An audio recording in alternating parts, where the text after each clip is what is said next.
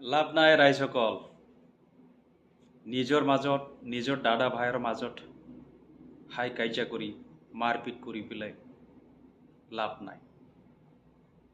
নিৰ্বাচনটো আহিব যাব 5 বছৰৰ কাৰণে।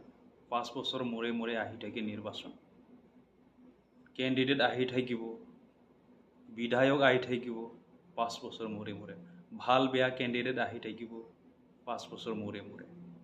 গতিকে আপোনালোকে মাৰপিটটো কৰিব নালাগে। মোৰ তৰফৰ পৰা আপোনালোকক অনুৰোধ বিনম্ৰভাৱে। আপোনালোকে এজনৰ কাৰণে মাৰপিট কৰিছে, এটা দলৰ কাৰণে মাৰপিট কৰিছে, জিকাই দিবৰ কাৰণে কাৰোবাক এজনক।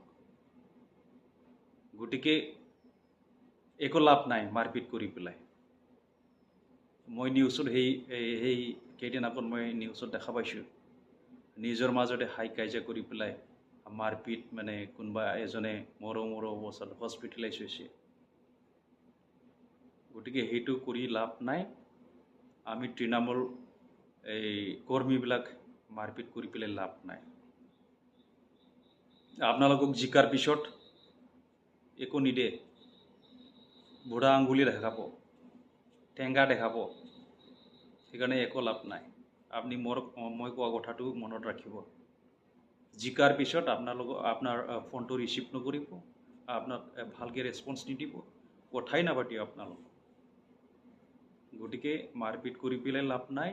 মোৰ তৰফৰ পৰা আপোনালোকক অনুৰোধ, আপোনালোকে নিজৰ বহুমূলীয়া বিবেক ভোটটো নিজে ভালকৈ চিন্তা কৰি পেলাই ভাল মানুহক, ভাল কেণ্ডিডেটক, ভাল দলক, ভাল পাৰ্টিক আপোনালোকে ভোটটো দিবলৈ চেষ্টা কৰক।